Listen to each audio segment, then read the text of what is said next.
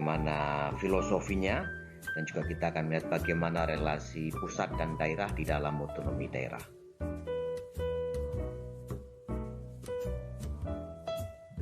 Ada banyak definisi otonomi daerah yang ditemukan oleh para pakar, tetapi untuk kepentingan mata kuliah kita ini, kita harus merujuk kepada Undang-Undang Nomor 23 Tahun 2014. Di sana dijelaskan bahwa yang dimaksud dengan otonomi daerah adalah hak, wewenang, dan kewajiban daerah otonom untuk mengatur dan mengurus sendiri urusan pemerintahan dan kepentingan masyarakat setempat dalam sistem negara kesatuan Republik Indonesia. Nah, di sini kita bisa melihat bahwa yang dimaksud dengan otonomi daerah itu ada 3 macam, yaitu hak, wewenang, dan kewajiban dari daerah otonom. Bisa kabupaten, bisa kota, dan juga bisa provinsi. Untuk apa? Untuk mengatur dan mengurus sendiri urusan pemerintahan dan kepentingan masyarakat setempat dalam sistem negara kesatuan Republik Indonesia. Nah, 4 kata terakhir itu sangat penting karena ini menjadi kunci tentang bagaimana otonomi daerah di Indonesia diterapkan.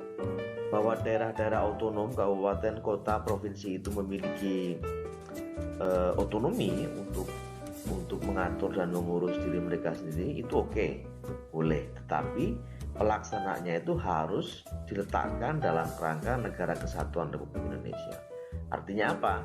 Artinya otonomi yang dimiliki daerah-daerah itu bukan otonomi sebagaimana yang dimiliki oleh negara-negara bagian dalam sebuah negara federal atau negara serikat. Sehingga mereka tidak bisa bergerak sendiri-sendiri tanpa arahan dan pedoman yang sudah ditetapkan oleh pemerintah pusat.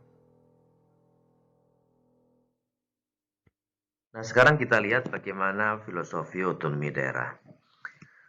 Kita harus selalu ingat bahwa pada hakikatnya otonomi daerah itu merupakan otonomi masyarakat daerah, ya, otonomi masyarakat setempat, bukan sekedar otonomi pemerintah daerah.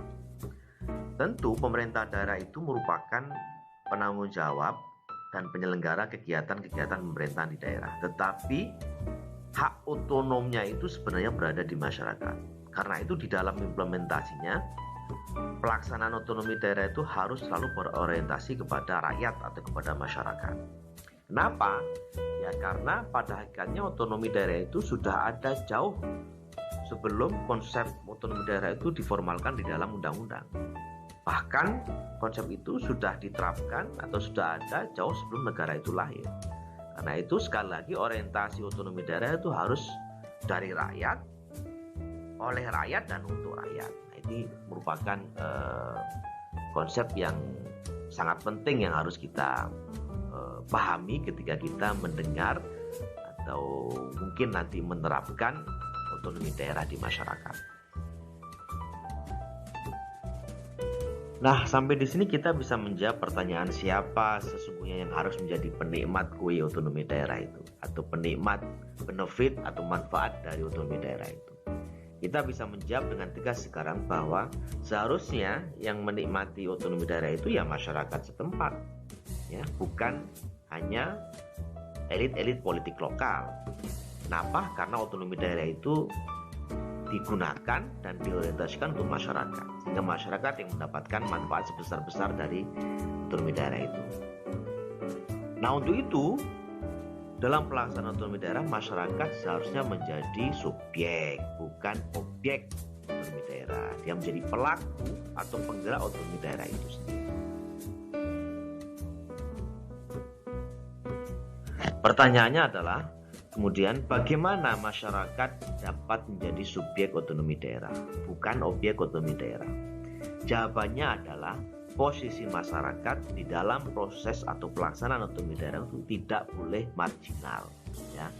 Dia harus terlibat dalam proses politik lokal, aktif, tidak pasif. Dia juga harus terlibat dalam proses pengambilan kebijakan.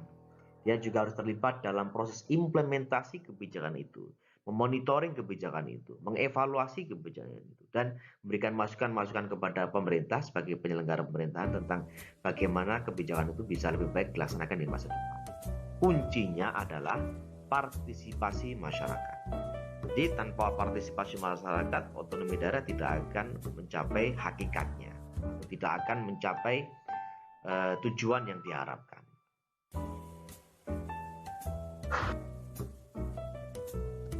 Nah, sekarang bagaimana otonomi daerah itu menempatkan relasi atau hubungan pusat dan daerah? Seharusnya hubungan pusat dan daerah di dalam otonomi daerah itu tidak hierarkis dan dominatif. Apa artinya? Artinya tidak hierarkis dan dominatif itu maksudnya pemerintahan pusat tidak boleh menganggap pemerintah daerah itu sebagai sekedar subordinat mereka atau sebagai bawahan mereka, tidak. Justru sebaliknya, pemerintahan pusat harus mengembangkan pola hubungan yang partnership, ya, kemitraan antara pusat dan daerah. Kenapa? Karena keduanya saling membutuhkan, ada interdependensi di antara pusat dan daerah. Pusat membutuhkan daerah, daerah pun membutuhkan pusat.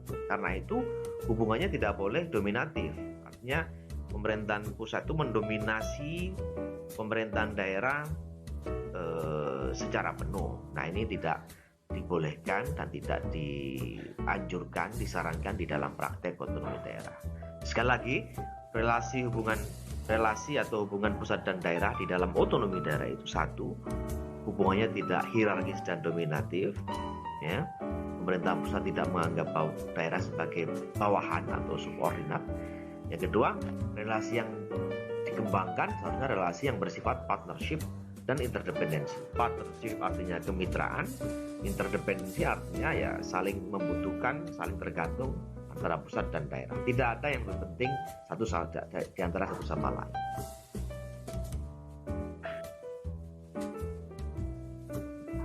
Setelah Anda menyimak paparan singkat saya tentang apa itu otonomi daerah, apa hakikatnya, kemudian bagaimana relasi pusat dan daerah di dalam otonomi daerah, sekarang giliran Anda menjawab pertanyaan saya, bagaimana menurut Anda praktek otonomi daerah di Indonesia saat ini? Apakah sudah mencapai manfaat-manfaat yang diinginkan? Atau apakah masih ada kekurangan di sana-sini? Nah, berikan analis Anda bagaimana seharusnya otonomi daerah Indonesia ke depannya.